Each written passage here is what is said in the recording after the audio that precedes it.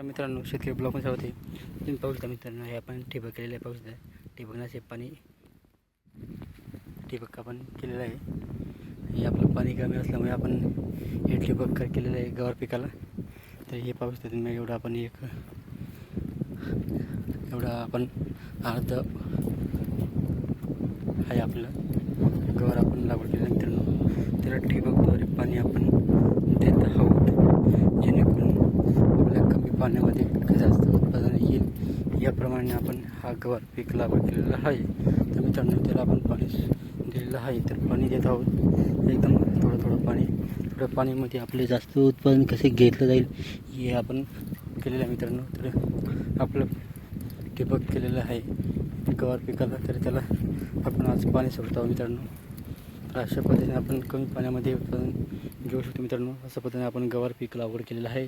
तर आता थोडीशी पाण्याची कमतरता असल्यामुळे नंतर आपल्या गवारीच्या शेंगा लागत आहे मित्रांनो. पण त्याला खूप फुलं आलेले पाहिजे मित्रांनो. आता कळ्या पण येतील. विषय असा आहे की त्याला पाणी खूपच कमी पडतं मित्रांनो.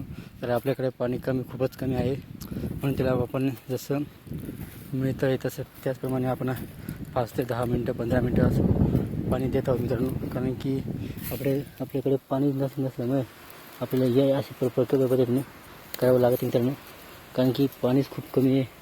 तर आपण अशा पद्धतीने गवार पिकाला पाणी देत आहोत मित्रांनो. तर कमी पाण्यामध्ये जास्त उत्पादन कसं येईल हे आपण पर्याय शोधलेलं आहे मित्रांनो.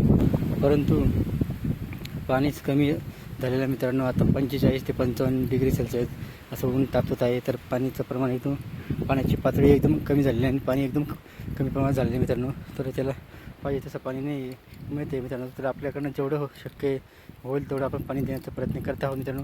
शेवटी पाणी कमी झालेलं आहे मित्रांनो. तर आपण पाणी देत आहोत मित्रांनो तरी पण.